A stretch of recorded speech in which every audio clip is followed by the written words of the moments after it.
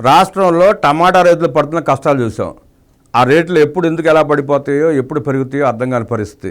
రేట్లు పడిపోయినప్పుడు ఆ రైతుల పాపం ట్రాన్స్పోర్ట్ ఛార్జీలు కూడా రాక రోడ్ల మీద పారబోసి వెళ్ళిపోయే పరిస్థితి. లక్షలు నష్టపోతున్నారు ఆ టమాటా రైతులు. ఒక్కోసారి 40 రూపాయలు, 50 రూపాయలు, 100 రూపాయలు కూడా వెళ్ళిన సందర్భాలు కూడా ఉంటాయి. సీజనల్గా రేట్లు మారుతూ ఉంటాయి. వారి బాధల్ని, వారి కష్టాలని అర్థం చేసుకుని నారా చంద్రబాబు నాయుడు గారు, కూటమి ప్రభుత్వం వారికి సహాయంగా ఉండేందుకు ప్రాజెక్ట్ ఒకటి తీసుకొచ్చారు. అది ప్రారంభోత్సవం చేశారు మంత్రి గారు. టమాటా రైతులకు మహర్దశ. కేవలం నెలల్లో ఇంటిగ్రేటెడ్ టమాటా ప్రాసెసింగ్ యూనిట్ అందుబాటులోకి తీసుకుని వచ్చేందుకు అన్ని రకాల చర్యలు తీసుకుంటామని రాష్ట్ర పరిశ్రమల మంత్రి టీజీ భరత్ అన్నారు. పత్తికొండ మండలం దూదేకొండ రెవెన్యూ గ్రామం కోతిరాళ్ల పంచాయతీ వద్ద 11 కోట్ల రూపాయలతో ఏర్పాటు చేయనున్న ఇంటిగ్రేటెడ్ టమాటా ప్రాసెసింగ్ యూనిట్ నిర్మాణానికి మంత్రి TG Bharat, MP Bastipati Nagaraju, MLA KE శ్యాంబాబుతో కలిసి భూమి పూజ నిర్వహించి శిలాఫలకాన్ని ఆవిష్కరించారు. ఈ సందర్భంగా మంత్రి మాట్లాడుతూ టమాటా ప్రాసెసింగ్ యూనిట్ ఏర్పాటు చేయాలని కర్నూలు ఎంపీ, పత్తికొండ ఎమ్మెల్యే ముఖ్యమంత్రి దృష్టికి తీసుకుని వెళ్లారు. స్పందించిన సీఎం వెంటనే అందుకు సంబంధించిన పనులు చేయాలని ఆదేశించారన్నారు. ఆ మేరకు ఈ టమాటా ప్రాసెసింగ్ యూనిట్ ఏర్పాటు చేస్తున్నామన్నారు.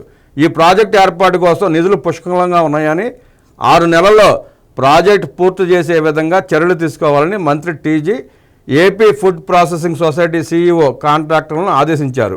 యూనిట్ స్థాపన త్వరగా పూర్తయితే ప్రారంభోత్సవానికి ముఖ్యమంత్రి ఆహ్వానిస్తామని చెప్పారు. ఈ ప్రాజెక్టు స్థాపనకు 11 కోట్ల రూపాయలు ఖర్చు అవుతుందన్నారు. ప్రాజెక్టు ద్వారా 32 మందికి ప్రత్యక్షంగా, 100 మందికి పరోక్షంగా ఉపాధి కల్పన జరుగుతుందన్నారు. Tomato ketchup, tomato paste, tomato pickle తదితర ఉత్పత్తులు తయారు చేసేందుకు అవకాశం ఉంటుందన్నారు.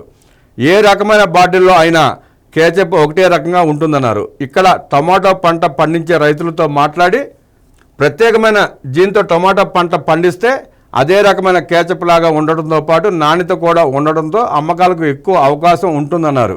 టమాటా పంటలు పండించే రైతులకు అటువంటి విషయాల గురించి వారిలో అవగాహన కల్పించాలని కలెక్టర్, వ్యవసాయ శాఖ అధికారులను ఆదేశించారు. టమాటో పల్ప్ తయారీకు పూనుకుంటే రోజుకు 10 నుండి 15 మెట్రిక్ టన్నులు చేయవచ్చునన్నారు. డీహైడ్రేషన్కు రోజు 5 మెట్రిక్ టన్నులు చేయవచ్చన్నారు. ఒకవేళ టమాటో పంట లేని పక్షంలో మామిడి, బనానా, పపాయ, జామ పండ్లను ప్రాసెస్ చేసుకోవచ్చు అన్నారు. జిల్లాలో పత్తికొండ ప్రాంతంలో టమాటా పంట సాగు చాలా ఎక్కువగా ఉంటుందన్నారు. ఈ యూనిట్ ఏర్పడిన తర్వాత టమాటాలు రోడ్ల మీద పడేసే పరిస్థితి ఎక్కడా ఉండదన్నారు. రానున్న రోజుల్లో ప్రైవేట్ వ్యక్తులు కూడా చాలామంది ఈ యూనిట్లు పెట్టేందుకు ముందుకు వస్తారన్నారు. అదేవిధంగా తుగ్గలి, దేవనకొండ, కృష్ణగిరి, ఆదోని, గోనెగండ్ల, అస్పరి, ఆలూరు ప్రాంతాల వారికి ఈ యూనిట్ చాలా ఉపయోగపడే అవకాశం ఉందన్నారు. ఫుడ్ ప్రాసెసింగ్ యూనిట్ ఏర్పాటుకు సంబంధించి కేంద్ర ప్రభుత్వంతో పాటు రాష్ట్ర ప్రభుత్వం కూడా రాయితీలు ఇస్తుందన్నారు.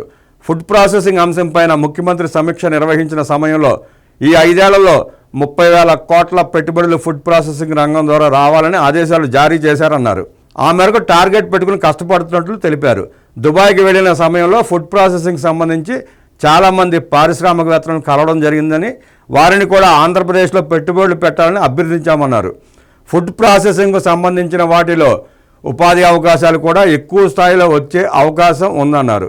2014 నుండి 2019 సమయంలో CM Chandrababu Naidu Orvakal industrial park ఏర్పాటు చేశారన్నారు. అప్పుడు చంద్రబాబు శంకుస్థాపన చేసిన స్టీల్ ప్లాంట్ గత ప్రభుత్వంలో ఎన్నో ఇబ్బందులు ఎదుర్కొందని, అన్నింటినీ అధిగమించి వచ్చే నెల 19వ తేదీన ప్రారంభించేందుకు చర్యలు తీసుకుంటున్నామన్నారు. వలసలు నివారించి పెద్ద ఎత్తున ఉద్యోగ అవకాశాలు కల్పించేందుకు ఓర్వకల్ ఇండస్ట్రియల్ హబ్లో చాలా మేరకు పెద్ద ఎత్తున పరిశ్రమలు రానున్నాయని, విద్యార్థులకు చదువుతో పాటు స్కిల్ కూడా అవసరమన్నారు.